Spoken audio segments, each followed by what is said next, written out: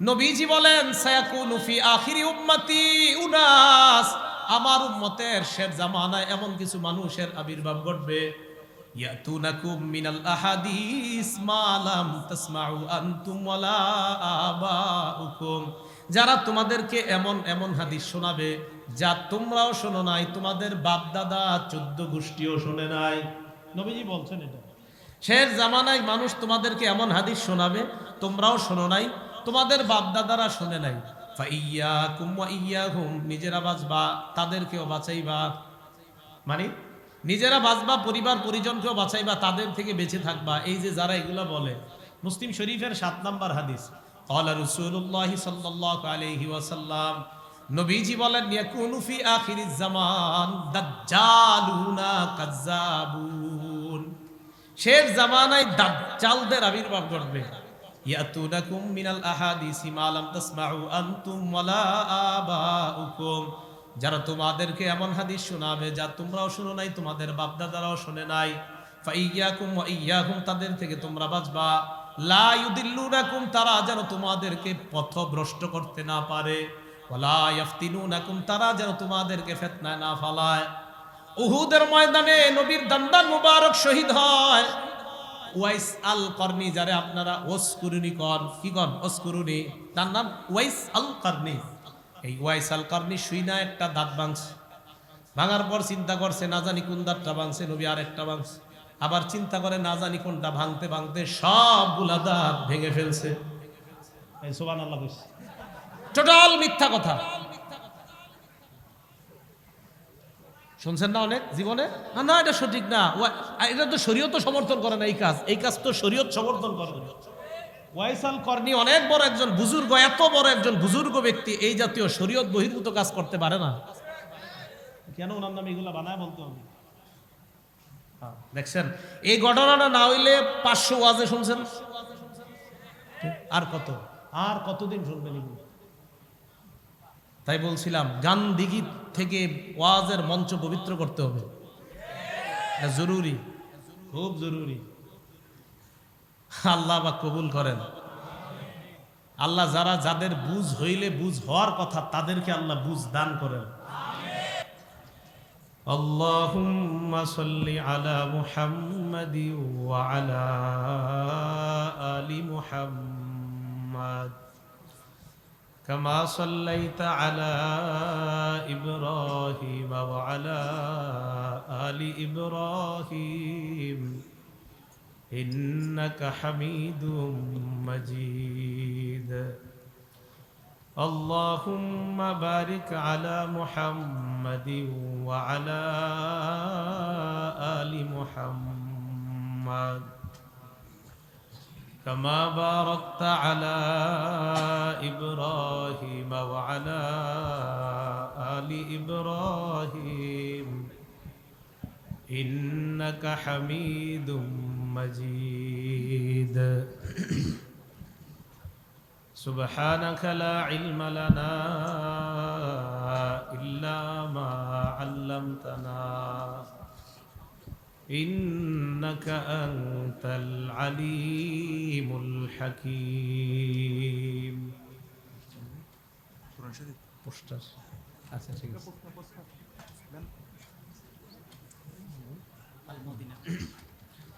আল Medina পাঠাগারের উদ্যোগে আয়োজিত ঐতিহাসিক তাফসিরুল কোরআন মাহফিলের সম্মানিত সভাপতি, আজকে মাহফিলের সম্মানিত আলোচকবৃন্দ, বিশেষ করে লম্বা সময় পর্যন্ত আলোচনা করেছেন প্রথিত যশা আলেমে দ্বীন, আমাদের দেশের প্রবীণ এবং অভিজ্ঞ একজন আলেমে দ্বীন, খতিবে বাঙ্গাল আল্লামা জুনায়েদ আল হাবিব দামাত বরকাতুহুল আলিয়া। আল্লাহ তাআলা হযরতকে সমস্ত প্রকার বিপদ আপদ থেকে যেন আল্লাহ হেফাজত করেন, সকলে বলি আমিন। আমি আস্তে আস্তে পাশে মসজিদে আসার নামাজ আদায় করেছি, এরপর এদিকে আসলাম, হযরতের আলোচনা শুনতেছিলাম। উনি যখন জোরে কথা বলতেছিলেন, আমি মনে মনে চিন্তা করতেছিলাম হযরতের বয়স বাড়তেছে, গলার পাওয়ার আল্লাহ আরো বাড়াই দিতেছে। আগে তো বয়ান শুনেছি, তো আজকে আমার কাছে মনে হয়েছে আগের চেয়ে আরো জোর বেশি। আল্লাহ পাক রব্বুল আলামিন আমাদের এই বড়দেরকে যেন আমাদের এই দেশের জন্য আরো অনেক বেশি নেক হায়াত দান করেন, সকলে বলি আমিন। সূরা আম্বিয়ার 107 নম্বর আয়াতে কারিমা তেলাওয়াত করলাম। এই আয়াতে আল্লাহ পাক রব্বুল আলামিন আমাদের রাসূল সাল্লাল্লাহু আলাইহি ওয়াসাল্লাম, আমাদের নবীজি সাল্লাল্লাহু আলাইহি সাল্লামের ব্যাপারে আলোচনা করেছেন। আল্লাহ বলেন, ওয়ামা আরসালনাকা ইল্লা রাহমাতাল লিল আলামিন। হে নবী, আমি আপনাকে গোটা জগতের জন্য রহমত হিসাবে পাঠিয়েছি, রহমত হিসাবে প্রেরণ করলাম। রাসূলুল্লাহ সাল্লাল্লাহু আলাইহি সাল্লামের ব্যাপারে আপনাদের সামনে কয়েকটি আরজ পেশ করব আমি। এক নাম্বার, নবীজি সাল্লাল্লাহু আলাইহি সাল্লামকে মনে প্রাণে আমরা এই বিশ্বাস করব যে নবীজি শেষ নবী, ওনার পরে আর কোনো নবী নেই, এনে কোনো সন্দেহ করা যাবে না। সহিহ বুখারীর 3535 নম্বর হাদিসের বর্ণনা, ক্বালা রাসূলুল্লাহ সাল্লাল্লাহু আলাইহি ওয়াসাল্লাম, ইন্না মাসালি ওয়া মাসালাল আমবিয়া মিন ক্বাবলি কামাসালি রাজুলিন বানা বাইতা। নবীজি সাল্লাল্লাহু আলাইহি সাল্লাম বলেন, আমার দৃষ্টান্ত আর আমার পূর্ববর্তী নবীদের দৃষ্টান্ত হলো এমন এক ব্যক্তির মতো, বানা বাইতান ফাহসানা ফাআজমালা, যে ব্যক্তি একটি ঘর বানিয়েছে, এই ঘরটা অনেক সুন্দর করে যিনি সাজিয়েছেন। একটা ঘর বানিয়েছে, ঘরটা সুন্দরভাবে সাজিয়েছেন। ফাজাআলান নাসু ইয়াতুফুনা বিহি ওয়া ইয়াজাবুনা লা, তো এই সুন্দর ঘরটা জনগণ এটা দেখার জন্য যায়। এটার পাশে যখন জনগণ এটার পাশে ঘুরতে থাকে, প্রদক্ষিণ করতে থাকে, তো ঘরের দিকে তাকায় দেখে একটা ইটের জায়গা পরিমাণ খালি আছে। ঘরটা অনেক সুন্দর, তবে একটা জায়গা, ইটের জায়গা পরিমাণ ফাঁকা। ফাজাআলান নাসু ইয়াতুফুনা বিহি ওয়া ইয়াজাবুনা লাহু ওয়া ইয়াকুলুনা লা, জনগণ আশ্চর্য হইতেছিল আর বলতেছিল, হাল্লা উদিআত হাদিহিল লাবিনা। জনগণ বলা বলি করতে লাগলো যে এই ইটের জায়গা যেটা ফাঁকা, এই জায়গায় ইটটা কেন লাগানো হলো না, স্থাপন করা হলো না। ফাকালা রাসূলুল্লাহ সাল্লাল্লাহু আলাইহি ওয়াসাল্লাম, আনা তিলকাল লাবিনা। নবীজি সাল্লাল্লাহু আলাইহি ওয়াসাল্লাম বলেন, যেই ইটের কারণে ঘরের সৌন্দর্যটা সমাপ্ত হয় নাই, আমি হলাম সেই ইট। আমার মাধ্যমে আল্লাহ পাক রব্বুল আলামিন ওই ঘরের সৌন্দর্য সমাপ্ত করে দেয়। নবীজি বলেন, আনা খাতামুন নাবিয়িন লা নাবিয়্যা বাদি, আমি শেষ নবী, আমার পরে আর কোনো নবী নাই। তাহলে পুরা ঘরের ইটটা আদম আলাইহিস সালাতু ওয়াস সালামের মাধ্যমে শুরু হয়েছে, সমাপ্ত হয়েছে মুহাম্মদ সাল্লাল্লাহু আলাইহি সাল্লামের মাধ্যমে। নবীজির আগ পর্যন্ত ইটের জায়গা ফাঁকা ছিল, রাসূল সাল্লাল্লাহু আলাইহি সাল্লামের মাধ্যমে ওই ইটের জায়গাটা আল্লাহ সমাপ্ত করে এই ঘরের সৌন্দর্যতা আল্লাহ বাড়ায় দিয়েছেন এবং সৌন্দর্যতা সমাপ্ত করেছেন। এই হাদিসের মাধ্যমে আমরা বুঝতে পারলাম রাসূল সাল্লাল্লাহু আলাইহি সাল্লাম শেষ নবী, ওনার পরে আর কোনো নবী নাই।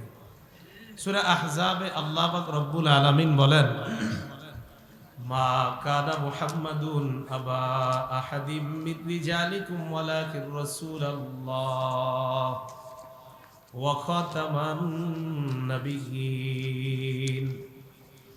মা কানা মুহাম্মাদুন আবা আহাদিম মিন রিজালিকুম, মুহাম্মদ সাল্লাল্লাহু আলাইহি ওয়াসাল্লাম তোমাদের কারো পুরুষের পিতা নন, ওয়ালাকিন রাসূলুল্লাহি ওয়া খাতামান নাবিয়্যিন, কিন্তু তিনি আল্লাহর রাসূল এবং শেষ নবী।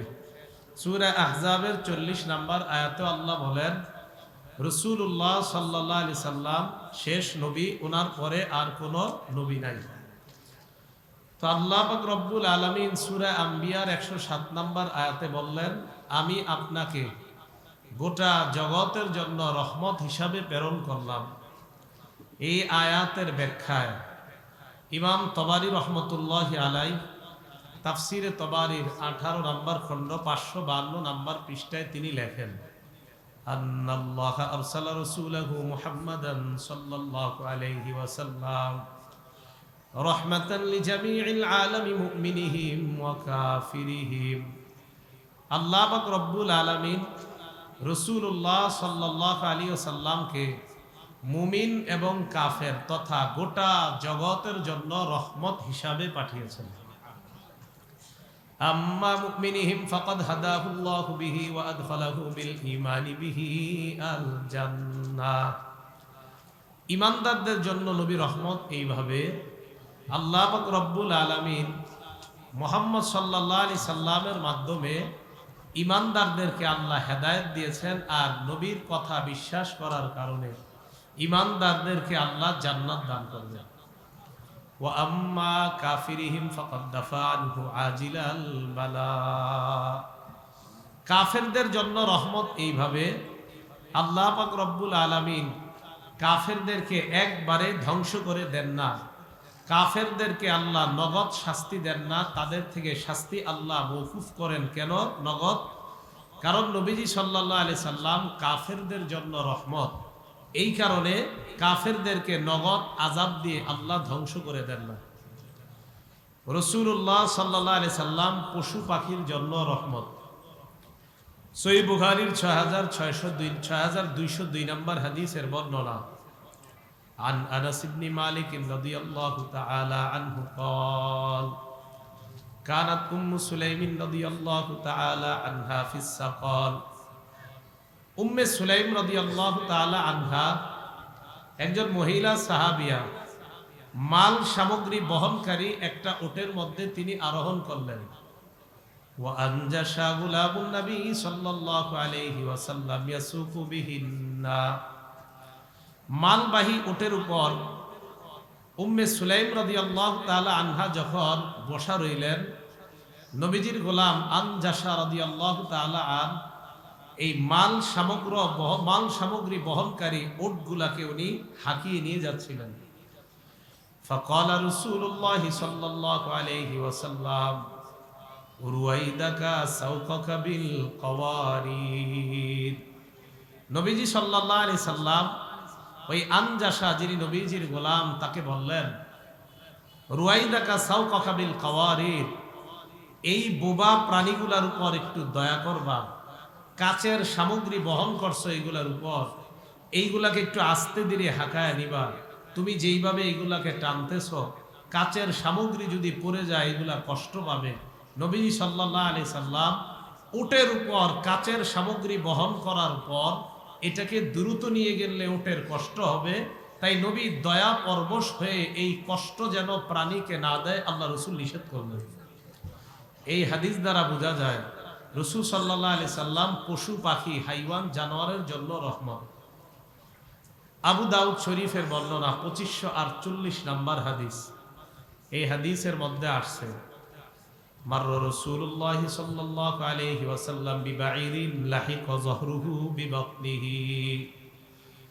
নবীজি সাল্লাল্লাহু আলাইহি ওয়াসাল্লাম একটা উটের পাশ দিয়ে অতিক্রম করলেন, যে উটের পেট এবং পিঠ একসাথে লেগে যায়। নবীজি যখন উটের দিকে তাকায় দেখে উটের পেটে ক্ষুধার কারণে পেট আর পিঠ একসাথে লেগে যায়। নবীজি বললেন, ইত্তাকুল্লাহা ফি হাদিহিল বাহাইমিল মুআজামা। এ মানুষ, তোমরা এই বোবা প্রাণীগুলার ব্যাপারে আল্লাহকে ভয় করো। ইরকাবুহা সালিহা ওয়া কুলুহা সালিহা। তোমরা সুস্থ সবল প্রাণীর উপর আরোহণ করবা এবং এইগুলাকে জায়গায় জায়গায় নামার পর তাদের খাবারের ব্যবস্থা করবা। এইখানে রাসূল সাল্লাল্লাহু আলাইহি সাল্লাম প্রাণীদের প্রতি যে দয়া করতে হবে, এই কথাটা এই হাদিসের মাধ্যমে আল্লাহ রাসূল সাল্লাল্লাহু আলাইহি সাল্লাম ব্যক্ত করলেন। আবু দাউদ শরীফের 2549 নম্বর হাদিসের বর্ণনা, আব্দুল্লাহ ইবনে জাফর রাদিয়াল্লাহু তাআলা আন তিনি বলেন, আরদাফানি রাসূলুল্লাহ সাল্লাল্লাহু আলাইহি ওয়াসাল্লাম খালফাহু যাতা ইয়াউম। আব্দুল্লাহ ইবনে জাফর রাদিয়াল্লাহু তাআলা আনহুর বর্ণনা, তিনি বলেন, একদিন আল্লাহ নবী আমাকে তার বাহনের পিছনে বসায়, আল্লাহ নবী সামনে বসলেন, আমি নবীর পিছনে বসলাম। ফাসাররা ইলাইয়া হাদিসান, আল্লাহ নবী আমাকে গোপনে কিছু কথা বললেন। লা উহাদ্দিসু বিহি আহাদাম মিনান নাস, আমি যেন এই কথাগুলা কাউকে না বলি, আমাকে গোপনে কথাগুলা বললেন। আব্দুল্লাহ ইবনে জাফর বলেন, ওয়া কানা আহাব্বু মাস্তাতরা বিহি রাসূলুল্লাহ সাল্লাল্লাহু আলাইহি ওয়াসাল্লাম লিহাজাতিহি হাদাফান আও হাইশা নাখলিন। নবীজি সাল্লাল্লাহু আলাইহি সাল্লাম প্রয়োজন পুরা করার জন্য উঁচু কোনো জায়গা তালাশ করতেন, অথবা খেজুর গাছের ঝুপড়ি তালাশ করতেন, যেখানে গিয়ে আল্লাহ রাসূল সাল্লাল্লাহু আলাইহি সাল্লাম কাজায়ে হাজত পেশ করবেন। তো নবীজি সাল্লাল্লাহু আলাইহি সাল্লাম এক আনসারি সাহাবার খেজুরের বাগানে ঢুকলেন। ঢুকার পর ফাইদা জামালুন, একটা উটের সাথে সাক্ষাৎ।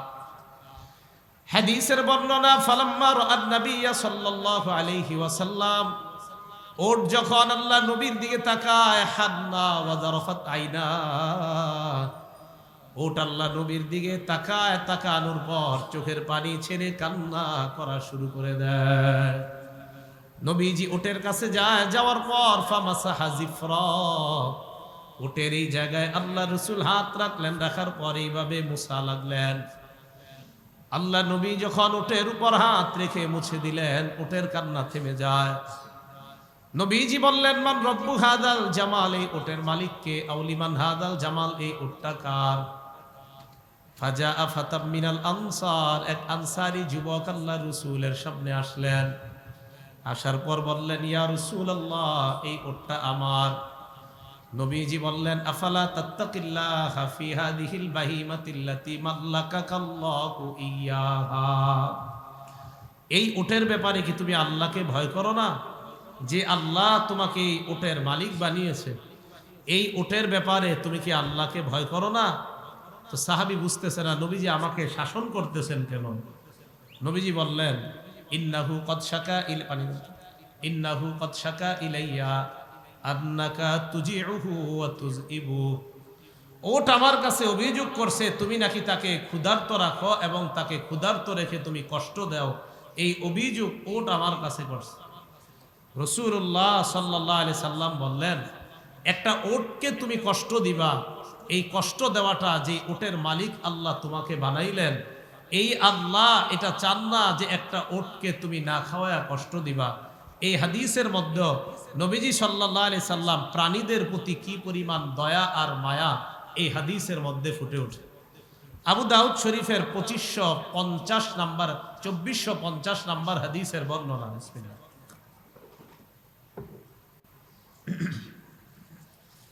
এই হাদিসের মধ্যে আসছে, রাসূলুল্লাহ সাল্লাল্লাহু আলাইহি সাল্লাম অতীত যুগের এক ব্যক্তির ঘটনা শোনায়। ক্বালা রাসূলুল্লাহ সাল্লাল্লাহু আলাইহি ওয়াসাল্লাম, নবীজি বলেন, বাইনামা রাজুলুন ইয়ামশি, এক ব্যক্তি রাস্তা দিয়ে হাঁটে, হাঁটার সময় ফাশতাদ্দা আলাইহিল আত, হাঁটতে হাঁটতে এক ব্যক্তি পানির পিপাসা লাগছে তার। পানির পিপাসা লাগার পর আল্লাহ নবী বলেন, ওই ব্যক্তি ফাওয়াজাদা বিরন, একটা কূপ তালাশ করে। কূপ তালাশ করার পর কূপ যখন পেয়ে যায়, ফানাজালা ফিহা, কূপের মধ্যে নামে। নামার পর ফাশারিবা মিনহা, কূপের পানি পান করে। পানি পান করার পর লোকটা কূপ থেকে বের হয়। বের হওয়ার পর দেখে ফাইদা কালবুন ইয়ালহাসু, একটা কুকুর হাঁপাইতেছে। ইয়াকুলুস সারা বিনাল আতশি, পিপাসায় মাটি খায়। একটা কুকুর পিপাসায় মাটি খাইতেছে। ওই ব্যক্তি মনে মনে চিন্তা করলেন, লাকাদ বালাগা হাদাল কালবা মিসতুল্লাযী কানা বালাগানি মিনাল আত, পিপাসার কারণে আমার যেই কষ্ট হয়েছে, এই কুকুরটারও এই কষ্ট হইতেছে মনে হয়। সাথে সাথে কূপে নামছে। নামার পর মৌজার মধ্যে পানি ঢুকাইছে। ঢুকার পর এই পানি নিয়ে কুকুরের মুখে দেয়। কুকুর যখন পানি পান করে, আল্লাহ রাসূল বলেন, শাকারাল্লাহু লা, ওই মুহূর্তে আল্লাহ পাক রব্বুল আলামিন তার উপর খুশি হয়ে যায়। ওয়া গফারা লা, তার জিন্দেগীর সব গুনাহগুলো আল্লাহ মাফ করে দেয়। এই হাদিসেও পশু পাখির প্রতিও যে দয়া পরবশ হওয়া, নবীজি সাল্লাল্লাহু আলাইহি সাল্লাম এই হাদিসের মাধ্যমে আমাদেরকে বুঝিয়ে দিলেন। আবু দাউদ শরীফের 2551 নাম্বার হাদিসের বর্ণনা। এই হাদিসের মধ্যে আসছে আনাস ইবনে মালিক রাদিয়াল্লাহু তাআলা আনহু قال কুন্না লা নুসাব্বিহু হাত্তা নাহুল্লা রিহাল। আনাস ইবনে মালিক রাদিয়াল্লাহু তাআলা আনহুর বর্ণনা, তিনি বলেন, আমরা কোথাও সফরে গেলে আমাদের প্রাণীগুলাকে পানি এবং ঘাস খাওয়ানোর ব্যবস্থা না করা পর্যন্ত আমরা নামাজ আদায় করতাম না। আগে প্রাণীগুলার খাবারের ব্যবস্থা করতাম, এরপর আমরা নামাজ আদায় করতাম।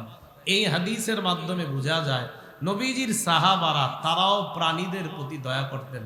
বুঝাইতে চাইলাম আল্লাহ পাক রব্বুল আলামিন রাসূলুল্লাহ সাল্লাল্লাহু আলাইহি সাল্লামকে গোটা জগতের জন্য রহমত বানিয়েছেন। এর অর্থ হলো এই, তিনি কাফেরের জন্য রহমত, তিনি মুমিনের জন্য রহমত, তিনি পশু পাখি হাইওয়ান জানোয়ার তাদের জন্য রহমত। রাসূলুল্লাহ সাল্লাল্লাহু আলাইহি সাল্লাম মানুষের প্রতি কেমন রহমত, এর আগে আরেকটা বর্ণনা শোনেন। আপনারা মাঝে মাঝে বিভিন্ন জায়গায় যান, হুদাই কোনো কারণ ছাড়া একটা প্রাণীরে আপনারা মেরে ফেলেন।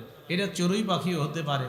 এমনি কারণ ছাড়া আপনি একটা প্রাণী মেরে ফেললেন, এই প্রাণী আপনার ব্যাপারে কিয়ামতের ময়দানে আল্লাহর কাছে মামলা দায়ের করবে। নাসাই শরীফের 4446 নাম্বার হাদিসের বর্ণনা। ক্বালা রাসূলুল্লাহ সাল্লাল্লাহু আলাইহি ওয়াসাল্লাম, নবীজি বলেন, মান কাতালা উসফুরান আবাসা, কেউ যদি একটা চড়ুই পাখি অনর্থক হত্যা করে, আজ্জা ইলাল্লাহি ইয়াউমাল কিয়ামা, কিয়ামতের ময়দানে আল্লাহর কাছে মামলা দায়ের করবে আর বলবে, ইয়া রাব্বি, হে আমার রব, ইন্না ফুলানান কাতালানি আবাসা ওয়া লাম ইয়াকতুলনি লিমান ফাআ, আল্লাহ অমুকে আমাকে অনর্থক হত্যা করেছে, আমাকে কোনো কারণে হত্যা করে নাই, আমাকে খাওয়ার জন্য হত্যা করে নাই, কোনো উপকারের জন্য আমাকে হত্যা করে নাই, এমনিই অমুক লোকটা আমাকে হত্যা করেছে। এইভাবে একটা চড়ুই পাখি আল্লাহর কাছে মামলা দায়ের করবে। তো বুঝাইতে চাইলাম, একটা প্রাণীকে অযথা আপনি হত্যা করবেন, এটাও ইসলাম আপনাকে সমর্থন করে না। নবীজি সাল্লাল্লাহু আলাইহি সাল্লাম মানুষের প্রতি কেমন দয়া ছিল নবীজির। সহিহ বুখারী, আগে বুঝেন যে নবী থেকে পরিপূর্ণ সবচাইতে বেশি যদি ভালো না বাসেন তা আপনি ইমানদার হতে পারবেন না। সহিহ বুখারীর 15 নম্বর হাদিসের বর্ণনা।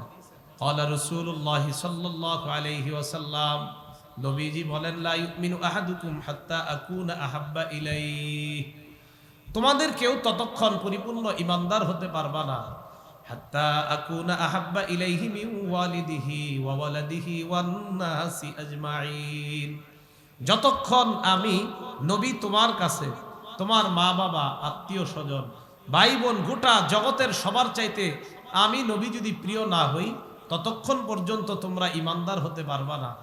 এই হাদিস দ্বারা বোঝা যায় আমরা আমাদের জীবনের চাইতেও সবচাইতে বেশি ভালোবাসতে হবে রাসূল আকরাম সাল্লাল্লাহু আলাইহি ওয়াসাল্লামকে। নবীজি সাল্লাল্লাহু আলাইহি সাল্লাম আমাদেরকে কতটা মায়া করতেন দেখেন। সহিহ বুখারীর বর্ণনা 3231 নাম্বার হাদিস। তায়েফের ময়দানে নবীজি সাল্লাল্লাহু আলাইহি সাল্লাম দাওয়াত দিতে গেলেন। আপন 3 ভাইকে দাওয়াত দিয়েছেন। একজনের নাম হাবিব, আরেকজনের নাম মাসউদ, আরেকজনের নাম আব্দে ইয়ালিল। এই 3 জনকে দাওয়াত দেওয়ার পর এক ভাই আল্লাহ রাসূল সাল্লাল্লাহু আলাইহি সাল্লামকে বলল, আল্লাহ কি তোমারে ছাড়া আর কাউরে নবী বানাইতে পারে নাই? নাউজুবিল্লাহ। আরেক ভাই বলল, আল্লাহ কি কুরাইশ বংশ ছাড়া আর কোনো বংশ পায় নাই নবী বানানোর জন্য? এই 2 জন। 3 নাম্বার যে ভাই, এই ভাই বলল, আমি তোমার চেহারাটাই দেখতে চাই না। নাউজুবিল্লাহ। নবীজি রাস্তা দিয়ে হাঁটতেছে, বেঈমানরা আল্লাহ রাসূলের উপর পাথর মারা শুরু করছে, রক্তাক্ত হয়ে গেছে রাসূল সাল্লাল্লাহু আলাইহি সাল্লাম। নবীজি বলেন, ফাইদা আলা বিকরনিস সালিম, আমি করনুস সালিম নামক জায়গায় উপরের দিকে আমি তাকাইলাম, তাকায়া দেখলাম জিবরিল আমিন আমাকে ছায়া দিতেছে। জিবরিল আমিন আমাকে ডাক দিছে, না দানি ফাসাল্লামা আলাইয়া, আমাকে ডাক দেয়, ডাক দেওয়ার পর সালাম দেয়, সালাম দেওয়ার পর বলে, ইন্নাল্লাহা ক্বাদ সামিআ কাওলা কওমিকা লাকা ওয়া মা রাদ্দু আলাইক, আপনি তায়েববাসীকে দাওয়াত দেওয়ার পর তারা আপনার সাথে যে আচরণ করেছে আল্লাহ সব শুনেছে, সব দেখেছে। ওয়াকাদ বাসা ইলাইকা মালাকাল জিবাল লিতা'মুরাহু বিমা শি'তা ফীহিম, পাহাড়ের ফেরেশতা আপনার কাছে পাঠিয়েছেন, আপনি পাহাড়ের ফেরেশতাকে যা বলবেন আপনার কথা শুনবে। নবীজি বলেন পাহাড়ের ফেরেশতা আমাকে ডাক দেয়, সালাম দেয়। সালাম দেওয়ার পর আমাকে বলে আপনি আমাকে আদেশ করেন, যে আদেশ করবেন আমি আপনার আদেশ পালন করব। আপনি যদি আমাকে বলেন আন উতবিক আলাইহিমুল আখবাশাইন, দুই পাহাড় চাপা দিয়ে তায়েববাসী ধ্বংস করে দেই, আমি আপনার হুকুম পালন করব। নবীজি জবাব দেন লা বাল আরজু আইয়ুখরিজাল্লাহু মিন আসলাবিহিম মান ইয়াবুদুল্লাহ ওয়াহদাহু লা ইউশরিকু বিহি শাইআ। নবীজি বললেন না, আমি চাই না দুই পাহাড় চাপা দিয়ে তাদেরকে ধ্বংস করবা, এটা আমি চাই না। আমার আশা তারা আমার দাওয়াত গ্রহণ করে নাই, তাদের ঔরস থেকে যেই সন্তান দুনিয়াতে আসবে তারা আমার দাওয়াত কবুল করে আল্লাহর একত্ববাদ স্বীকার করবে, এটা আমার আশা, তাই তাদেরকে হত্যা করবা না। নবীজি ওই মুহূর্ত বেঈমানদের উপর দয়া করলেন আর আশা করলেন তাদের সন্তানরা ঈমান আনবে। উম্মতকে এই পরিমাণ মায়া করতেন। আরেকটা হাদিস শুনেন, মুসলিম শরীফের 2285 নাম্বার হাদিস। এই আওয়াজ কিসের? ফ্যানের এই যে আওয়াজটা, কারেন্ট নাই? কারেন্ট নাই, আচ্ছা আচ্ছা, আওয়াজে আলোচনা করতে পারি না। হ্যাঁ, মুসলিম শরীফের 2285 নাম্বার হাদিসের বর্ণনা। এই হাদিসের মধ্যে আসছে রাসূল আকরাম সাল্লাল্লাহু আলাইহি সাল্লাম বলেন, মাসালি ওয়া মাসালুকুম কামাসালি রাজুলিন আওকাদা নারা, আমার দৃষ্টান্ত আর তোমাদের দৃষ্টান্ত এমন এক ব্যক্তির মতো যেই ব্যক্তি আগুন জ্বালিয়েছে। আগুন জ্বালানোর পর ফাজালাল জানাদিব ওয়াল ফারাশু ইয়াকানা ফিহা, ফরিন আর পতঙ্গের দল আইসা ওই আগুনের মধ্যে ঝাঁপ দিয়ে পড়ে। এই হাদিসটা বুঝেন। নবীজি বলেন আমার আর তোমাদের দৃষ্টান্ত এমন ব্যক্তির মতো যেই ব্যক্তি আগুন জ্বালিয়েছে। ফাজালাল জানাদিব ওয়াল ফারাশু ইয়াকানা ফিহা, ফরিন আর পতঙ্গ উড়ে উড়ে ওই আগুনের মধ্যে পড়তেছে। ওয়া হুয়া ইয়াযুবুহুন্না আনহা, গর্তের পাশে এক ব্যক্তি বসা যিনি আগুন জ্বালাইছে, উনি খালি এমন করে ফরিন আর পতঙ্গগুলো, এই সরো সরো যাও। আচ্ছা আপনারা বলেন এই হাজার হাজার ফরিন পতঙ্গ এগুলার কি এখানে আটকানো সম্ভব? সম্ভব না। নবীজি বলেন ওয়া আনা আখিযুন বিহুজাজিকুম আনিন নার ওয়া আনতুম তাফাল্লাতুনা মিন ইয়াদি, আমি তোমাদের কোমর ধরে ধরে তোমাদেরকে জাহান্নামের আগুন থেকে বাঁচাইতে চাই, তোমরা আমার হাত ফসকে জাহান্নামের আগুনে পড়ে যাচ্ছ। রাসূল সাল্লাল্লাহু আলাইহি সাল্লাম উম্মতের কোমর ধরে উম্মতকে জাহান্নাম থেকে বাঁচাইতে চান। নবীজি বলেন আমি তোমাদের কোমর ধরে তোমাদেরকে বাঁচাইতে চাই, কিন্তু তোমরা আমার হাত থেকে ফসকে তোমরা জাহান্নামে চলে যাচ্ছ। আমাদের প্রতি নবীজির এত মায়া যে আমাদের কোমর ধরে আমাদেরকে আগুনে পড়তে দিতে চায় না, এতটা মায়া করেন এই উম্মতকে রাসূল সাল্লাল্লাহু আলাইহি ওয়াসাল্লাম। সহিহ বুখারীর বর্ণনা, নবীজি আমাদেরকে কি পরিমাণ ভালোবাসতেন। ক্বালা রাসূলুল্লাহ সাল্লাল্লাহু আলাইহি ওয়াসাল্লাম, নবীজি বলেন ইন্নামা আনা লাকুম মিসলুল ওয়ালিদ, আমি তোমাদের জন্য বাবার মতো। বাবা বলেন কিসের মতো? একজন বাবা তার সন্তানের কাছে যেমন, আমি রাসূল সাল্লাল্লাহু আলাইহি সাল্লাম তোমাদের জন্য বাবার মতো, তথা সন্তানের কাছে বাবা যেমন আমিও তোমাদের কাছে তেমন। আরেক হাদিসের মধ্যে রাসূল সাল্লাল্লাহু আলাইহি সাল্লাম এই উম্মতকে আমাদেরকে ভাই বলে সম্বোধন করছে। বলেন কি বলছে? ভাই। আতা রাসূলুল্লাহ সাল্লাল্লাহু আলাইহি ওয়াসাল্লাম আল মাকবারা, নবীজি সাল্লাল্লাহু আলাইহি ওয়াসাল্লাম এক কবরস্থানে আসলেন। আসার পর বললেন আসসালামু আলাইকুম দারা কওমিন মুমিনিন, হে কবরবাসী ইমানদারগণ তোমাদেরকে সালাম। কবরবাসী ইমানদারগণ তোমাদেরকে সালাম। সালাম দেওয়ার পর নবী বললেন ইন্না ইনশাআল্লাহু বিকুম লাহিকুন, অচিরে আমরা তোমাদের সাথে মিলিত হব। এবার আল্লাহ নবী বলেন ওয়াদিতু আন্না ক্বাদ রাআইনা ইখওয়ানানা, নবীজি বলেন আমার আশা আমি যদি আমাদের ভাইদেরকে দেখতে পাইতাম। সাহাবারা বললেন ইয়া রাসূলুল্লাহ আওয়ালাসনা ইখওয়ানাকা, আমরা কি আপনার ভাই না? নবীজি বললেন আনতুম আসহাবি, তোমরা আমার সাহাবা, তোমরা আমার সাহাবা। তো ভাই কারা? নবীজি বলেন ওয়া ইখওয়ানুনা আল্লাযীনা লাম ইয়াতু বাদু, আমার ভাই তারা যারা এখনো দুনিয়াতে আসে নাই। সাহাবারা বললেন কাইফা তারিফু মিন উম্মাতিকা মান লাম ইয়াতু বাদু, যারা এখনো দুনিয়াতে আসে নাই তাদেরকে কিয়ামতের ময়দানে কিভাবে চিনবেন? নবীজি জবাব দেয় আরাইতা লাউ আদনা রাজুলান লাহু খাইলুন গুররুম মুহাজ্জালাতুন বাইনা যহরাই খাইলিন দুহমিন বুহমিন, অনেকগুলা কালো ওটের মধ্যে একটা সাদা উট, কপালটা সাদা, হাত সাদা, পা সাদা, এমন একটা প্রাণী যদি থাকে, আলা ইয়ারিফু খাইলা, মালিক কি তার এই সাদা প্রাণীটা হাজারো কালো প্রাণীর মধ্যে চিনবে না? নবীজি বলেন ফাইন্নাহুম ইয়াতুনা ইয়াউমাল কিয়ামাতি গুররাম মুহাজ্জালিনা মিনাল ওযু, কিয়ামতের ময়দানে আমার উম্মত কোটি কোটি মানুষের মাঝে এমন অবস্থায় আসবে, তাদের কপাল, তাদের চেহারা, তাদের হাত, তাদের পা, অজুর অঙ্গগুলা এমন ভাবে চকচক করতে থাকবে, আমি দেখলেই চিনতে পারবো এরা আমার উম্মত। রাসূল সাল্লাল্লাহু আলাইহি সাল্লাম মায়া করে আমাদেরকে এক হাদিসের মধ্যে ভাই বললেন। সহিহ ইবনে হিব্বান একটা হাদিসের কিতাব, এই কিতাবের ৭১১১ নম্বর হাদিস, ৭১১১। আম্মাজান আয়েশা সিদ্দিকা রাদিয়াল্লাহু তাআলা আনহার বর্ণনা, তিনি বলেন লাম্মা রাআইতু মির রাসূলিল্লাহি সাল্লাল্লাহু আলাইহি ওয়াসাল্লাম তিবা নাফস, আমি যখন আল্লাহ নবীর মুড ভালো দেখতাম, কি ভালো দেখতাম? মুড বুঝেননি আপনারা? মুড, অমকের মুড ভালো, অবস্থা ভালো, মন ভালো। তো আম্মাজান আয়েশা সিদ্দিকা রাদিয়াল্লাহু তাআলা আনহা বলেন, আমি যখন আল্লাহ রাসূল সাল্লাল্লাহু আলাইহি ওয়াসাল্লামের মুড ভালো দেখতাম, নবীজিকে বলতাম ইয়া রাসূলুল্লাহ, আমার জন্য আপনি আল্লাহর কাছে দোয়া করেন। নবীজি আল্লাহর কাছে দোয়া করতেন, আল্লাহুম্মা গফিরলি আয়েশা মা তাকদ্দামা মিন যামবিহা ওয়া মা তাআখার, আল্লাহ আপনি আয়েশার গুনাহগুলো মাফ করে দেন, আগের গুনাহ, পিছের গুনাহ, সব গুনাহ মাফ করে দেন। ওয়া মা আসররাত ওয়া মা আলানাত, প্রকাশ্য গোপন সব গুনাহ আপনি মাফ করেন। নবীজি বলতেন, আল্লাহ আপনি আয়েশার সব গুনাহ মাফ করেন, আয়েশার গোপনীয় গুনাহ, আয়েশার প্রকাশ্য গুনাহ, আগের গুনাহ, পরের গুনাহ, সব গুনাহ আপনি মাফ করে দেন। আমি আল্লাহর কাছে এই দোয়া করলাম আয়েশা তোমার জন্য।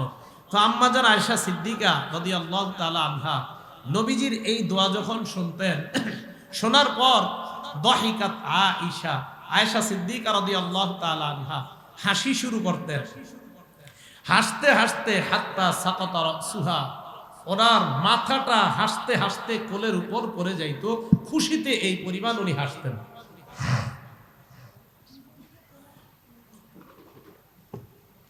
তো নবীজি সাল্লাল্লাহু আলাইহি সাল্লাম আম্মাজান আয়েশা সিদ্দিকা রাদিয়াল্লাহু তাআলা আনহাকে বলেন, আল্লাহুম্মা লাকাল হামদু ওয়া লাকাল আয়া সুরুকি দুআই, আয়েশা আমার দোয়া কি তোমার কাছে খুব ভালো লাগে? আম্মাজান আয়েশা সিদ্দিকা জবাব দেন, মালি লা ইয়াসুরুনি দুআউক, আপনার দোয়া আমার ভালো লাগবে না, এটা কিভাবে হয়? নবীজি বললেন, আয়েশা আমি তোমার জন্য এই দোয়াটা করলাম, ইন্নাহা লা দুআই লি উম্মতি ফি কুল্লি সালাত, আমি যতবার দোয়া করি আমার উম্মতের জন্য অবিকল, তোমার জন্য যে দোয়াটা করলাম এই দোয়াটা আমি প্রত্যেকবার আমার উম্মতের জন্য করি। এত পরিমাণ মায়া করে আমাদেরকে। সহিহ বুখারী 4712 নম্বর হাদিসের বর্ণনা। এই হাদিসের মধ্যে আসছে সব নবীরা আদম নবীর কাছে উম্মত যাওয়ার পর বলবে, আনতা আবুনা আদম, আপনি আমাদের আব্বা আদম, সুপারিশ করেন। লম্বা হাদিস। এরপরে নূহ নবী, ইব্রাহিম নবী, মুসা নবী, ঈসা নবী, সব উম্মতকে নিয়ে নবীর কাছে আসবে। আসার পর নবীজি বলেন, আমি সিজদার মধ্যে পড়ে থাকবো, আল্লাহ আমাকে ডাক দিয়ে বলবেন, ইরফা রাসাক, হাবিব আপনি মাথা উঠান, ওয়াশফা তুশাফা, আপনি সুপারিশ করেন, আপনার সুপারিশ গ্রহণ করা হবে, ওয়াসাল তুতা, আপনি চান যা চাইবেন আপনাকে তাই দেওয়া হবে। নবীজি বলেন, ফারফাউ রাসি, আমি আমার মাথা উঠাবো, উঠানোর পর মাথা উঠিয়ে বলবো, ফাকুলু ইয়া রাব্বি উম্মতি উম্মতি ইয়া রব, মাথা উঠায় বলবো, আল্লাহ আমার উম্মত আমার উম্মত। কিয়ামতের ময়দানে আমি মাথা উঠায় বলবো, আমার উম্মত আমার উম্মত।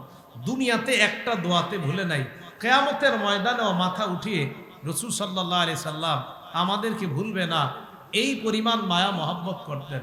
আমাদের উচিত আমরা সবচেয়ে বেশি মহব্বত করা রাসূলুল্লাহ সাল্লাল্লাহু আলাইহি সাল্লামকে।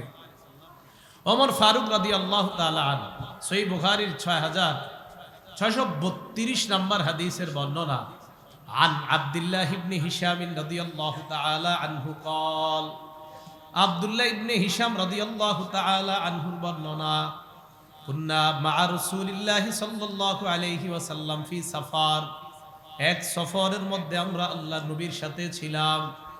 ওয়া হুয়া আখিযুন বিয়াদি উমর ইবনুল খাত্তাব রাদিয়াল্লাহু তাআলা আন, আল্লাহর নবী হযরত ওমর ফারুক রাদিয়াল্লাহু তাআলা আনহুর হাতের মধ্যে ধরা।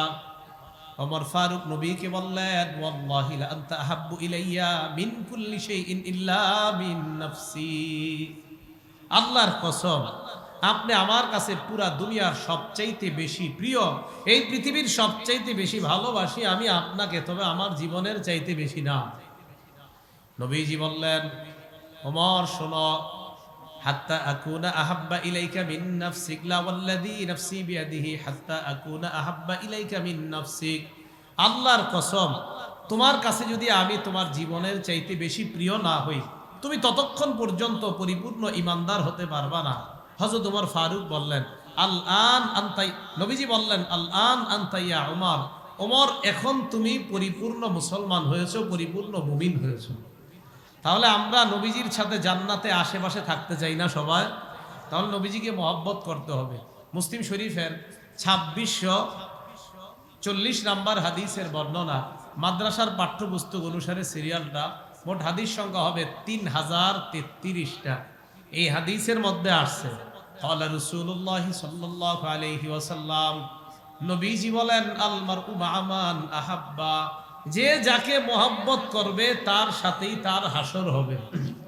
এবার 2639 নম্বর হাদিস শোনেন, আন আনাস ইবনে মালিক রাদিয়াল্লাহু তাআলা আনহু قال, আনাস রাদিয়াল্লাহু তাআলা আনহুর বর্ণনা, জাআ রাজুলুন ইলা রাসূলিল্লাহি সাল্লাল্লাহু আলাইহি ওয়াসাল্লাম, এক ব্যক্তি আল্লাহ নবীর কাছে আসলেন, আসার পর বললেন, ইয়া রাসূলুল্লাহ মাতাস সাআ, কিয়ামত কবে আপনার কাছে জানতে চাই, হুজুর কিয়ামত কবে?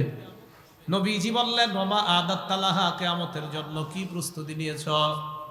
ওই ব্যক্তি জবাব দিলেন, হুব্বুল্লাহি ওয়া রাসূলি, আল্লাহ এবং আল্লাহর রাসূলের ভালোবাসা, এটাই হলো আমার প্রস্তুতি। নবীজি বললেন, আনতা মা মান আহবাবতা, তুমি যাকে ভালোবাসো তার সাথেই তোমার হাসর হবে। সাহাবী আনাস বলেন, মা ফারিহনা বাদাল ইসলাম আশাদ্দা ফারহান মিন কওলি রাসূলিল্লাহি সাল্লাল্লাহু আলাইহি ওয়াসাল্লাম, আনতা মা মান আহবাবতা। নবী যে এই কথাটা বললেন, তুমি যাকে ভালোবাসো তার সাথে তোমার হাসর হবে, আমরা সাহাবারা এত খুশি হই নাই এই কথায়, যেই পরিমাণ খুশি হয়েছি। কেন? ফাআনা উহিব্বুল্লাহ, কারণ আমি আল্লাহ রসুলকে ভালোবাসি, ওয়া রাসূলা, রসুলকে ভালোবাসি, আমি আনাস আল্লাহকে ভালোবাসি, রসুলকে ভালোবাসি, ওয়া আবা বকরিন, আবু বকরকে ভালোবাসি, ওয়া উমর, উমরকে ভালোবাসি, আরজু আন আকুনা মাহুম, আমার আশা আমি জান্নাতে তাদের সাথেই থাকব। এখন আপনারা যাদেরকে ভালোবাসবেন জান্নাতে তাদের সাথেই থাকবেন। হযরত আনাস বলেন, ওয়া ইল্লাম আমাল বিআমালিহিম, যদিও তাদের মতো আমল করতে পারি নাই। বলেন, আমরা কি সাহাবাদের মতো আমল করতে পারছি? এই জন্য আমল করতে যদিও পারি নাই, সাহাবাদেরকে সুদূর বাংলাদেশ থেকেও যদি ভালোবাসি, নবীকে, সাহাবাকে, আশা করা যায় নবী সাহাবা তাদের আশেপাশেই জান্নাতে থাকা যাবে, যদিও তাদের মতো আমরা আমল করতে পারি নাই। তাই বলছিলাম, রাসূল সাল্লাল্লাহু আলাইহি সাল্লামকে এত বেশি ভালোবাসা, সাহাবায়ে কেরাম কেমন ভালোবাসতেন। এই যে এদিকে হাতটা দেন তো, আপনার হাতটা দেন, দেন, এই তিনজন এইভাবে হাত দেন, আপনিও দেন, আমার দিকে তাকান। এই হাত মানে আন্দাজি দেখাইতেছিল, আমি যা দেখাবো মনে করবেন পিছনে আয়াত আছে, না হয় হাদিস আছে। আনাস রাদিয়াল্লাহু তাআলা আনহুর বর্ণনা, তিনি বলেন, একদিন নবীজি বসা, নবীজির মাথা চুল ছাটাইতেছে এক সাহাবী। ওই সাহাবী যখন চুল ছাটাইতেছে, ওয়াসহাবুহু ইয়াতুফুনা বিহি, নবীজির সাহাবী, অন্যান্য সাহাবারা, নবীজির চারপাশে এইভাবে হাত রাখছে, এইভাবে, এই যে এইভাবে চারদিকে হাত রাখছে। আনাস বলেন, আমি অবাক হয়ে গেলাম, এইভাবে হাত রাখছে কেন সাহাবারা? মা ইউরিদুনা আন তাকআ শা'রা, সমস্ত সাহাবাদের টার্গেট হলো আল্লাহ নবীর মাথার একটা চুল মুবারক যেন মাটিতে না পড়ে যায়। সাহাবারা এই পরিমাণ ভালোবাসতেন রাসূল সাল্লাল্লাহু আলাইহি সাল্লাম। আবু বকর সিদ্দিক রাদিয়াল্লাহু তাআলা সহিহ বুখারীর বর্ণনা, যেদিন ইন্তেকাল করবে আম্মা জান আয়েশা সিদ্দিকা রাদিয়াল্লাহু তাআলা আনহাকে বললেন, আমশা আইয়ু ইয়াউমিন হাযা, আজকে কি বার? আম্মা জান আয়েশা জবাব দেয়, আব্বা আজকে হলো সোমবার। আবু বকর সিদ্দিক প্রশ্ন করলেন, আজকে কি বার? আম্মা জান আয়েশা জবাব দিলেন, আজকে হলো সোমবার। এবার আম্মা জান আয়েশা সিদ্দিকা রাদিয়াল্লাহু তাআলা আনহাকে আবু বকর সিদ্দিক প্রশ্ন করলেন, ফি আইয়ি ইয়াউমিন তুওফিয়া রাসূলুল্লাহ সাল্লাল্লাহু আলাইহি ওয়াসাল্লাম, আয়েশা নবীজি কি বারে মারা গেছে তোমার মনে আছে কিনা? কি বারে নবী ইন্তেকাল করেছে? আম্মা জান আয়েশা জবাব দেয়, ফি ইয়াউমিল ইসনাইন, সোমবারে আল্লাহ নবী ইন্তেকাল করছেন। আবু বকর সিদ্দিক বলে, আয়েশা আরজু ফি মা বাইনি ওয়া বাইনাল লাইল, আজকে সূর্য ডুবার আগে যদি আমি আবু বকর মারা যাইতাম, আমার মরণটাও আমার নবীর মতো সোমবারে হইতো। দেখেন সাহাবী কি পরিমাণ ভালোবাসেন। নবী সোমবারে ইন্তেকাল করছে, সাহাবীও চায় সোমবারে ইন্তেকাল করতে। এটাকে বলা হয় আশিকে রাসূল, এটা প্রকৃত ইশকে রাসূল, এটাকে বলা হয় প্রকৃত আশিকে রাসূল। হাদিসের মধ্যে আসছে যেমন আশিকে রাসূল কাকে বলে। قال رسول الله صلى الله عليه وسلم فضل عائشة على سائر النساء كفضل السريد على سائر الطعام। নবীজি বলেন, খাদ্যের মধ্যে সারিদ আমার কাছে যেমন প্রিয়, নারীদের মধ্যে আয়েশা আমার কাছে তেমন প্রিয়। সারিদ কাকে বলা হয়? এইভাবে রুটি টুকরা টুকরা করবেন, করার পর গোস্তের ঝোলের মধ্যে রুটি ভিজাবেন, সামান্য সময় রাখার পর এই রুটি আপনি খাবেন, আর মনে মনে আপনি এই ধারণা পোষণ করবেন, আমার নবী এই খাবারটা পছন্দ করতেন তাই আমি খাই। এটাই না আশিকে রাসূলের পরিচয়। আপনারা কি খান না খান আন্দাজি, আশিকে রাসূল তো এটাকে বলা হয়। নবীজি সাল্লাল্লাহু আলাইহি সাল্লাম মহব্বত করে পছন্দ করে সারিদ খাইতেন, এটা খাবেন আপনারা, এটাকে প্রকৃত ইশকে রাসূলের পরিচয় পাওয়া যায়, এটাকে আশিকে রাসূল বলা হবে। ঠিক না কথাটা? আল্লাহ আমাদের সকলকে প্রকৃত আশিকে রাসূল হওয়ার তৌফিক দান করেন। বলছিলাম সাহাবায়ে কেরামকে নবী কি পরিমাণ ভালোবাসতেন, উম্মতকেও ভালোবাসতেন। আর একটা হাদিস শুনেন, আম্মা জান আয়েশা সিদ্দিকা রাদিয়াল্লাহু তাআলা আনহার বর্ণনা, কানা রাসূলুল্লাহ সাল্লাল্লাহু আলাইহি ওয়াসাল্লাম ইযা কানা ইয়াউমুল গায়বি ওয়ার রিহ, প্রচন্ড ঝড় যখন বইতো আকাশের মধ্যে, মেঘের ঘন ঘটা যখন দেখা দিত, উরিফা ফি ওয়াজহি রাসূলিল্লাহ সাল্লাল্লাহু আলাইহি ওয়াসাল্লাম, একটু বুঝেন হাদিসটা। প্রচুর ঝড় বইতেছে, আকাশে মেঘের ঘন ঘটা, নবীজির চেহারা মুবারকের মধ্যে পেরেশানির ছাপ, আকবালা ও আদবার, পেরেশানির কারণে নবী একবার সামনে যায় একবার পিছনে আসে, পেরেশান। আকাশে মেঘের ঘন ঘটা, প্রচন্ড ঝড়, নবীজি পেরেশান, একবার সামনে যায় একবার পিছনে আসে। ঘটনা কি এমন করে কেন? ফালাম্মা মাতারাত, যদি আকাশ থেকে বৃষ্টি পড়া শুরু হয়ে যেত, নবীজি সাল্লাল্লাহু আলাইহি সাল্লাম খুশি হয়ে যাইতেন, চেহারা থেকে মলিনতা দূর হয়ে যাইত, নবী খুব খুশি হয়ে যেতেন। এখন ঘটনা দেখেন, আম্মা জান আয়েশা সিদ্দিকা রাদিয়াল্লাহু তাআলা আনহা বলেন, আমি নবীকে প্রশ্ন করলাম, আকাশের মধ্যে মেঘের ঘন ঘটা যখন দেখা যায়, প্রচন্ড ঝড়ের সময় কেন আপনার চেহারাটা মলিন হয়ে যায়, সামনে যান পিছনে আসেন, ঘটনা কি? নবীজি জবাব দেয়, আয়েশা ইন্নী খাশিতু আইয়াকুনা আযাবান সুল্লিতা আলা উম্মতি। আয়েশা, আকাশে যখন মেঘ দেখা যায় আমার টেনশন হয়, না জানি এই কালো অন্ধকারটা গজব হয়ে আমার উম্মতের উপর পড়ে কিনা, এই টেনশনে একবার সামনে যাই একবার পিছনে আসি। হ্যাঁ, যখন বৃষ্টি হয় তখন আমি বুঝি না এটা আমার উম্মতের জন্য রহমত। এখন দেখেন নবীজি সাল্লাল্লাহু আলাইহি সাল্লাম পেরেশান কেন হয়? যে আকাশে মেঘাচ্ছন্ন হয়, অন্ধকার হয়, কঠিন অন্ধকারের মধ্যে নবীজি সাল্লাল্লাহু আলাইহি সাল্লাম টেনশন করে যে আমার উম্মতের উপর না জানি আযাব এসে যায়, এই পেরেশানিতে একবার সামনে যাই একবার পিছনে আসে। নবীজি আমাদেরকে কেমন মায়া করে, তিরমিজি শরীফের 1175 নম্বর হাদিসের বর্ণনা, সহিহুল জামের মধ্যে আসছে বর্ণনাটা। আলিয়া নামক একটা জায়গা থেকে রাসূল সাল্লাল্লাহু আলাইহি সাল্লাম আসছে। হাদিস শুনতে আপনাদের ভালো লাগে না? অনেকের লাগে না। গান্দা হয়ে গেছে তো মাথা, আমি বুঝি। আমাদের দেশের মানুষের মাথা গান্দা গান্দা। কোরআন সুন্নাহ এত সহজে ভালো লাগানো সহজ না এই দেশের মানুষ। সারা জীবন গান্দা শুনতে শুনতে কোরআন সুন্নাহ ভালো লাগে না এই দেশের মানুষের। এত গান্দা শুনে জন্য কোরআন সুন্নাহর আশেক এত আজীব লাগে। মাদ্রাসায় পড়াশোনা করে তালেব ইলম যারা, এরাও কোরআন সুন্নাহ শুনতে চায় না, খুব আফসোস লাগে। তো হয়রানের বিষয়, কোরআন সুন্নাহ ছাত্ররা শুনবে না তো শুনবে কি? হ্যাঁ, দিল সাহেবদের এক বয়ান আমি বলছিলাম, আমার বয়ান শোনার জন্য আগে নিজেরা তৈরি হতে হবে। এক বয়ানে বলছি, আমি কোথায় জানি, আগে বলে ফেলছি, এই গান্দিগি দূর করেন মাথা থেকে। গান্দিগি রাখলে বুঝবেন না কোরআন সুন্নাহ। কোরআন সুন্নাহর মানসিকতা আনেন।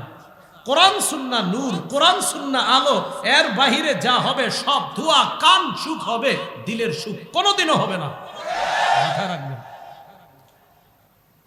দিলের সুখ আপনার কখনো হবে না। কোরআন সুন্নাহ এটা নূর, এটা আলো, এটাই হেদায়েত দিবে। এর বাহিরে খুঁজবেন, হাজারো মাহফিল হবে, একজন নামাজি তৈরি হবে না। এটা মাথায় রাখবেন। রাসূল সাল্লাল্লাহু আলাইহি সাল্লাম আকাশে মেঘের ঘনঘটা দেখতেন, প্রচন্ড ঝড় দেখতেন। নবীজি সাল্লাল্লাহু আলাইহি সাল্লাম পেরেশানির মতো একবার সামনে যায়, একবার পিছনে আসে।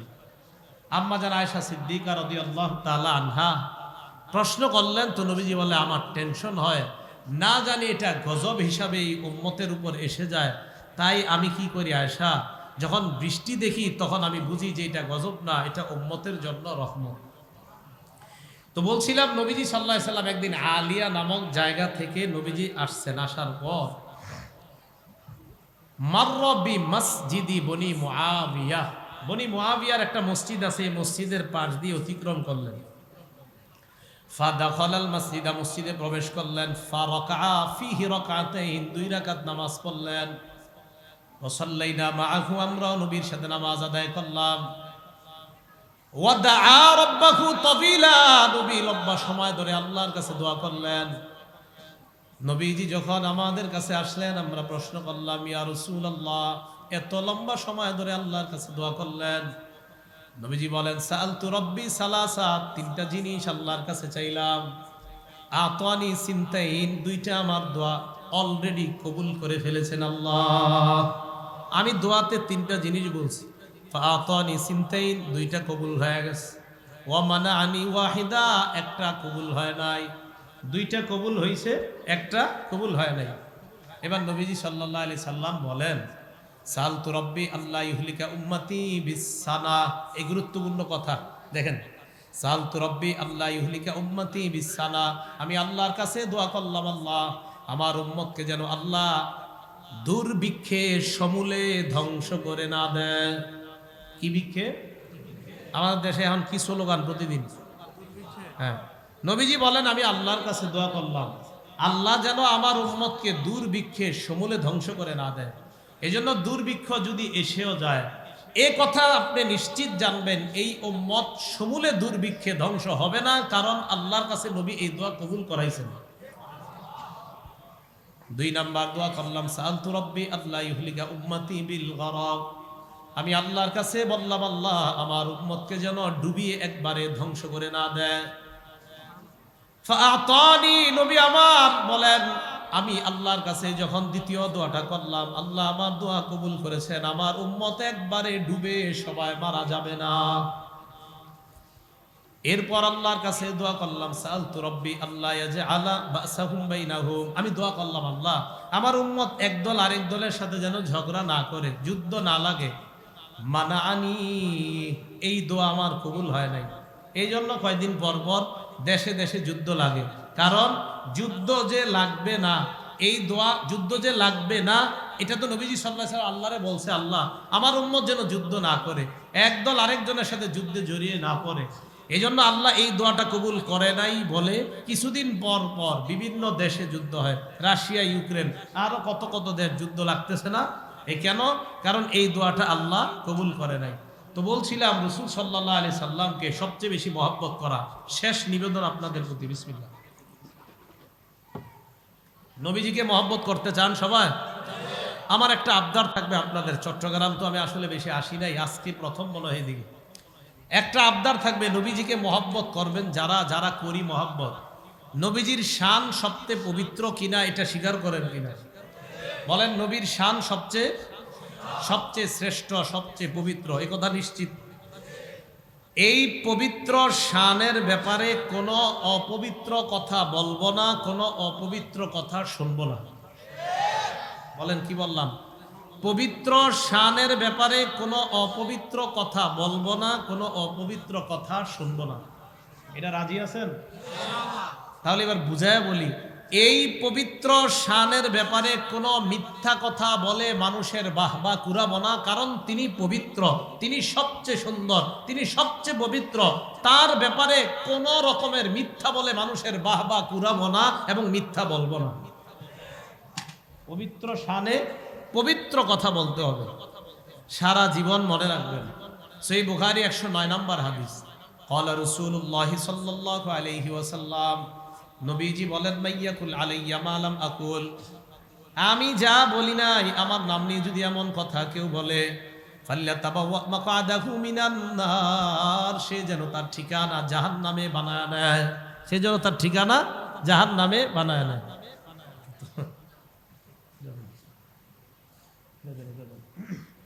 তো সে যেন তার ঠিকানা জাহান্নামে বানায় নেয়। সহিহ বুখারী 109 নম্বর হাদিস, মাইয়াকুল আলাইয়া মা লাম আকুল। আবার শুনেন, আমি যা বলি নাই আমার নাম নিয়ে যদি এমন কথা কেউ বলে, এটা কি সত্য হবে না মিথ্যা? নবীজি বলেন, সে যেন তার ঠিকানা জাহান্নামে বানায়। সহিহ বুখারী 110 নম্বর হাদিস, ক্বালা রাসূলুল্লাহি সাল্লাল্লাহু আলাইহি ওয়াসাল্লাম, নবীজি বলেন, মান কাযাবা আলাইয়া মুতাআম্মিদা ফাল্যাতাবাওয়া মাকআদাহু মিনান নার, আমার নামে যদি কেউ ইচ্ছাকৃতভাবে একটা মিথ্যা কথা বলে, সে যেন তার ঠিকানা জাহান্নামে বানায় দেয়। বলেন নাউযুবিল্লাহ। সহিহ বুখারী 1291 নম্বর হাদিস, ক্বালা রাসূলুল্লাহি সাল্লাল্লাহু আলাইহি ওয়াসাল্লাম, নবীজি বলেন, ইন্না কাযিবান আলাইয়া লাইসা কাযিবিন আলা আহাদ, আমার নামে মিথ্যা বলা আর তোমাদের নামে মিথ্যা বলা এক না। আমাদের নামে মিথ্যা বলাও হারাম, অন্যায়, আমি ওনার নামে মিথ্যা বলা অন্যায়, কিন্তু ওনার নামে মিথ্যা বলা আর নবীর নামে মিথ্যা বলা এক না। ওনার নামে মিথ্যা বলা অন্যায়, নবীর নামে মিথ্যা বলা ভয়ঙ্কর পর্যায়ের অন্যায়, ক্ষমার অযোগ্য অপরাধ অন্যায়, নবীর নামে মিথ্যা বলা। তাহলে আল্লাহ রসুল পবিত্র, ওনার শান পবিত্র, ওনার নামে কোনো মিথ্যা কথা বলা যাবে না। হ্যাঁ, অনেকে ভুলে বলে ফেলে, এটার জন্য ক্ষমা চাওয়া, ভুলে বলে ফেলে এটার জন্য কি চাওয়া। যেমন আমরা অনেক ভুল শুনছি, সালাম দিলে 90 নাকি, এটা নবীজির কথা না। কি বললাম হঠাৎ?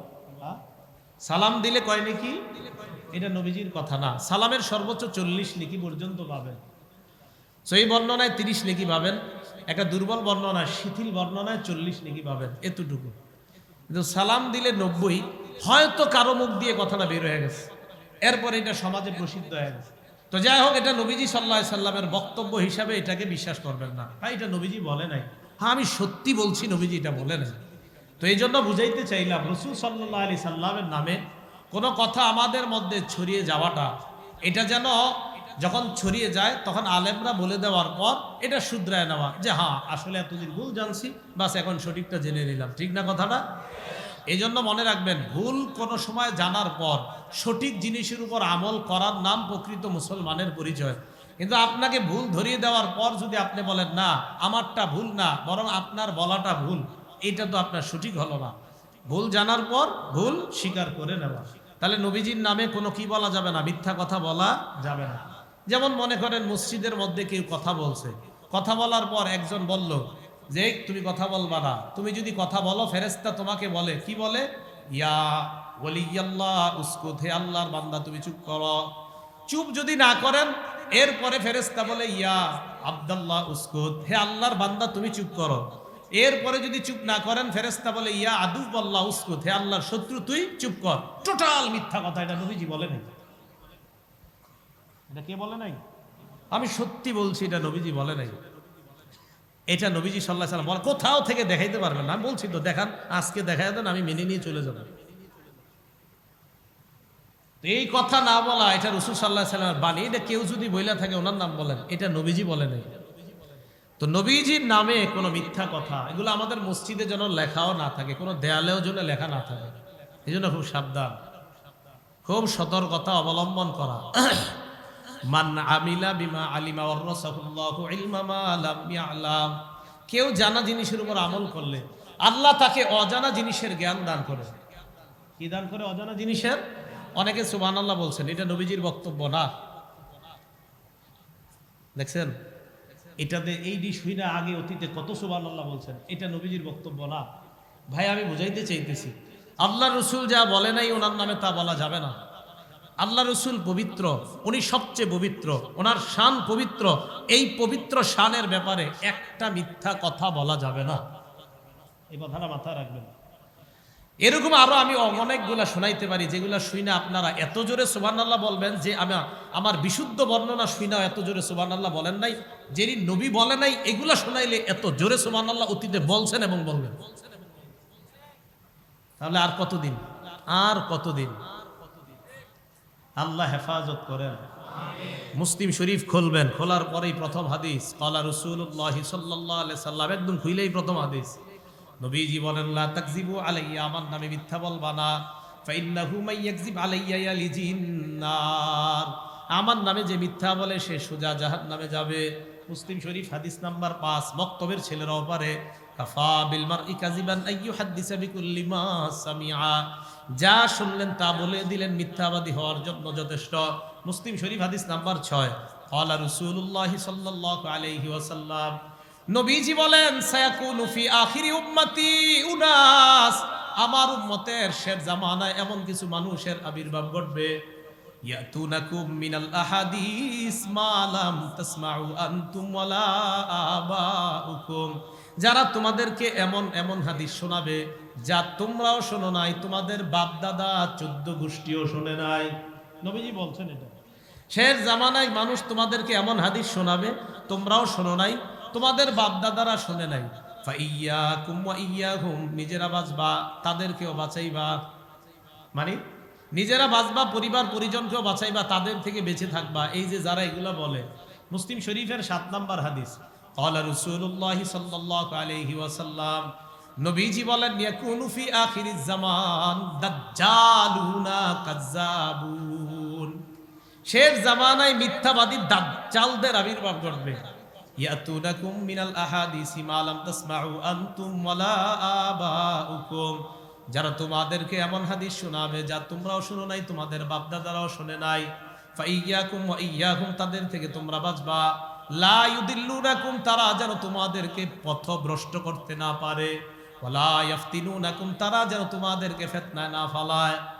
উহুদের ময়দানে নবীর দান্দান মুবারক শহীদ হয় ওয়াইস আল করনি, যারে আপনারা ওসকুরুনি কন, কি কন? ওসকুরুনি, তার নাম ওয়াইস আল করনি। এই ওয়াইস আল করনি শুই না একটা দাঁত ভাঙছে, ভাঙার পর চিন্তা করছে না জানি কোন দাঁতটা ভাঙছে, নবী আর একটা ভাঙছে। আবার চিন্তা করে না জানি কোনটা, ভাঙতে ভাঙতে সবগুলা দাঁত ভেঙে ফেলছে। সুবহানাল্লাহ কইছে। টোটাল মিথ্যা কথা শুনছেন না অনেক জীবনে। না এটা সঠিক না, এটা তো শরীয়ত সমর্থন করে না। এই কাজ তো শরীয়ত সমর্থন করে না। ওয়াইস আল করনি অনেক বড় একজন বুজুর্গ, এত বড় একজন বুজুর্গ ব্যক্তি এই জাতীয় শরীয়ত বহির্ভূত কাজ করতে পারে না। কেন ওনার নামে এগুলা বানায় বলতে হবে? দেখছেন, এই ঘটনাটা না হইলে 500 ওয়াজে শুনছেন, আর কতদিন শুনবেন এগুলো? তাই বলছিলাম গান দিঘি থেকে ওয়াজের মঞ্চ পবিত্র করতে হবে, এটা জরুরি, খুব জরুরি। আল্লাহ বা কবুল করেন। আল্লাহ যাদের বুঝ হইলে বুঝ হওয়ার কথা তাদেরকে আল্লাহ বুঝ দান করেন। আমার মন যাদেরকে চাইতেছে যে আল্লাহ ওদেরকে বুঝ দেন, তাহলে সব ঠিক হয়ে যাবে। এদেরকে যেন আল্লাহ বুঝ দিয়ে দেয়, আল্লাহ তৌফিক দান করেন। রাসূলের নামে মিথ্যা বলা যাবে না। দেয়ালে লেখা উত্তবুল ইলমা ওয়ালাউ বিসসিন, তোমরা সুদূর চীন দেশে গিয়ে বিদ্যা অর্জন করো। কোন দেশে? নিচে লেখা আল হাদিস। কি লেখা বলেন? নিচে কি লেখা? এটা মিথ্যা কথা, এটা নবীজির হাদিস না। আছে না দেয়ালে? আমি তো নাম করা নামি দামি প্রতিষ্ঠানের দেয়ালে দেখছি এটা লেখা, নিচে লেখা আল হাদিস। নিচে লেখা আল হাদিস। মিদাদুল উলামা আফজালু মিন দামিশ শুহাদা, শহীদের রক্তের চেয়ে বিদ্বানের কলমের কালি আরো বেশি শ্রেষ্ঠ। নিচে লেখা আল হাদিস। আসেনি? না, এটা নবীজির হাদিস না। তাহলে বলেন সঠিকগুলা জানা দরকার আছে? এই জন্য বললাম, শেষ আবদার ছিল আপনাদের কাছে, নবীজির নামে একটা মিথ্যা কথা বলা যাবে না, নবীজির নামে একটা মিথ্যা কথা বলা যাবে না। ভাই, আমার অনেক কষ্ট এই বিষয়টা নিয়ে। আমার হাবিব সবচেয়ে পবিত্র, ওনার শান সবচেয়ে পবিত্র, ওনার নামে কোনো মিথ্যা কথা বলা যাবে না, ওনার নামে মিথ্যা কথা শোনা যাবে না। যেই জায়গাগুলোতে ওনার নামে মিথ্যা কথা হয় সেখানে যাওয়া যাবে না। উনি সবচেয়ে পবিত্র। রাসূলুল্লাহ সাল্লাল্লাহু আলাইহি সাল্লাম ঘুমায় রইছে। কি করে রইছে বলেন? হ্যাঁ, ঘুমায় আছে। হ্যাঁ, যদি এটা মিথ্যা হয় তো আর সুবহানাল্লাহ বলে তো লাভ হইব না। ওইটা জিজ্ঞেস করেন যারা বলে। আচ্ছা আচ্ছা, ঠিক আছে। রাসূলুল্লাহ সাল্লাল্লাহু আলাইহি সাল্লাম ঘুমিয়ে আছেন, নবীজি ঘুমায় আছেন। সহিহ বুখারী ৭২৮১ নাম্বার হাদিস। হযরত জাবের রাদিয়াল্লাহু তাআলা আনহু বর্ণনাটা শুনেন। জাআত মালাইকাতুন ইলান নবী সাল্লাল্লাহু আলাইহি ওয়াসাল্লাম, একদল ফেরেশতা রাসূল সাল্লাল্লাহু আলাইহি সাল্লামের কাছে আসছে। ওয়া হুয়া নাইম, নবী ঘুমায় আছেন। ফেরেশতারা আসার পর নবী চারপাশে দাঁড়াইছে। দাঁড়ানোর পর এক ফেরেশতা কয় ইন্নাহু নাইম, তিনি তো ঘুমায়। আরেক ফেরেশতা কয় ইন্নাল আইনা নাইমা ওয়াল কলবা ইয়াকযান, তার চোখ ঘুমায়, অন্তর ঘুমায় না। ফেরেশতারা বললেন ইন্নালি সাহিবিকুম হাদা মাসালা ফাদরিবু লাহু মাসালা, এই যে উনি ঘুমিয়ে আছেন, ওনার একটা দৃষ্টান্ত আছে, তার দৃষ্টান্তটা তোমরা বর্ণনা দাও। এই হাদিস অনুযায়ী শেষের দিকে আমরা সবাই একটা ওয়াদা করবো ইনশাআল্লাহ, এই হাদিসটা শুনি। এই যিনি ঘুমিয়ে আছেন ওনার একটা দৃষ্টান্ত দাও। তো আরেক ফেরেশতা কয় ইন্নাহু নাইম, তিনি ঘুমায়। অন্য ফেরেশতা কয় ইন্নাল আইনা নাইম ওয়াল কলবা ইয়াকযান, ওনার চোখ ঘুমায়, ওনার অন্তর ঘুমায় না। ফেরেশতারা এবার বললেন মাসালুহু কামাসালি রাজুলিন বানা দারা, ওনার দৃষ্টান্ত এমন এক ব্যক্তির মতো যে ব্যক্তি একটা ঘর বানিয়েছে। ওয়াজআলা ফিহা মা'দুবা, ঘরের মধ্যে দস্তরখান বিছানো। কি বিছানো? দস্তরখানের মধ্যে রং বেরঙের সুস্বাদু খাবার। ওয়াবাআসা দাইয়া, ঘর যিনি বানিয়েছে তিনি একজন আহ্বানকারীকে বাহিরে পাঠিয়েছে, যাও যাদেরকে পাইবা তাদেরকে দাওয়াত দিবা, দাওয়াত দিয়ে বলবা তারা যেন ঘরের মধ্যে আসে আর দস্তরখানের সুস্বাদু খাবার খায়। এতটুকু বুঝে আসছে? তো বাহিরে গেছে, যাওয়ার পর বলতেছে ভাই আপনারা যারা আছেন ঘরের ভিতরে দস্তরখান আছে, দস্তরখানের সুস্বাদু খাবার আসেন। ফামান আজাবাদ দাইয়া দাখালাদ দার ওয়া আকালা মিনাল মা'দুবা, যিনি আহ্বানে সাড়া দিবে উনি ঘরে প্রবেশ করবে, দস্তরখানের খাবার খাবে, ঠিক না? আমাল্লাম ইউজিবিদ দাইয়া লাম ইয়াদখুলিদ দার ওয়া লাম ইয়াকুল মিনাল মা'দুবা, আর যারা সাড়া দিবে না এরা আসতেও পারবে না, দস্তরখানের খাবারও খেতে পারবে না। তো এগুলা ফেরেশতারা বলতেছে নবীজি কি জাগ্রত না ঘুমিয়ে আছেন? সবাই বলেন জাগ্রত না ঘুমিয়ে আছেন? ঘুমে থাকলে আমরা এটি কইতেছি কিন্তু নবীজি ঘুমায় আছেন না? আসলে হ্যাঁ, আসলে ঘুমায় আছে, হাদিসে আসছে নবীজি ঘুমায় আছে। তো ফেরেশতা বলে ইন্নাল আইনা নাইমা ওয়াল কলবা ইয়াকযান, তিনি ঘুমায়া থাকলেও অন্তর জাগ্রত। অন্তর নবীজির জাগ্রত আছে বলেই তো এই হাদিস আমরা জানতে পারছি। আরে নবী ঘুমিয়ে থাকলে কেমনে জানতাম না? হ্যাঁ, এটা কিন্তু সহিহ বুখারী ৭২৮১ নাম্বার হাদিস। মোট হাদিস সংখ্যা হবে ৭৫৬৩টা। তো রাসূল সাল্লাল্লাহু আলাইহি সাল্লাম উনি তো ঘুমিয়ে আছেন। ফেরেশতারা এইগুলা বলার পর বলতেছে কি আউবিলু হালাহু, এই যে আমরা একটা দৃষ্টান্ত দিলাম ঘর আর দস্তরখান, এগুলার ব্যাখ্যাটা এই ঘুমন্ত মানুষটারে শোনায় দাও। ফেরেশতারা কয় ইন্নাহু নাইম, তিনি তো ঘুমায়। আরেকজন কয় আরে না, উনি ঘুমায়, চোখ ঘুমায়, অন্তর ঘুমায় না। এবার দৃষ্টান্ত দেখেন, ফাদ্দারু আল জান্নাহ, ঘর হলো জান্নাত। বলেন ঘর হলো কি? ঘর বানানে হলা, বলেন ঘর বানানেওয়ালা। জান্নাত কার ঘর? এই ঘরের মধ্যে দস্তরখানে খাবারগুলা কে সাজিয়ে রাখছেন? একজন আহ্বানকারী পাঠিয়েছেন, যাকে তিনি ফাদ্দাই মুহাম্মাদুন সাল্লাল্লাহু আলাইহি ওয়াসাল্লাম, আহ্বানকারী মুহাম্মদ সাল্লাল্লাহু আলাইহি সাল্লাম, উনি আমাকে আপনাকে ডাকতেছে, চলো এই ঘরে গেলে দস্তরখানের খাবার খেতে পারবা, এই ঘরে না গেলে দস্তরখানের খাবার খেতে পারবা না। হাদিসের শেষে ফেরেশতারা বলেন, ফামান আতা মুহাম্মাদান সাল্লাল্লাহু আলাইহি ওয়াসাল্লাম ফাকাদ আতা আল্লাহ। যারা মুহাম্মদ সাল্লাল্লাহু আলাইহি সাল্লামের আনুগত্য করবে তারা আল্লাহর আনুগত্য করবে। ওমান আসা মুহাম্মাদান সাল্লাল্লাহু আলাইহি সাল্লাম, মুহাম্মদ সাল্লাল্লাহু আলাইহি সাল্লামের নাফরমানি যারা করবে ফাকাদ আসাল্লাহ, তারা আল্লাহর নাফরমানি করবে। তাহলে নবীর কথার আনুগত্য করে ওই আহ্বানে সাড়া দিয়ে দস্তরখানের খাবার সবাই খাইতে চাই ইনশাআল্লাহ। খাইতে চাই না সবাই ইনশাআল্লাহ? আল্লাহ তৌফিক দান করেন। তো যে বিষয়টা বুঝাইতে চাইলাম, সবচেয়ে বেশি ভালোবাসবো মুহাম্মদ সাল্লাল্লাহু আলাইহি সাল্লামকে, কারণ তিনি আমাদেরকে সবচেয়ে বেশি ভালোবাসতেন। তিনি পশু পাখিকেও ভালোবাসতেন, আর তাকে আমরা ভালোবাসবো কারণ তার শান সবচেয়ে পবিত্র। শেষের দিকে আমরা ওয়াদাবদ্ধ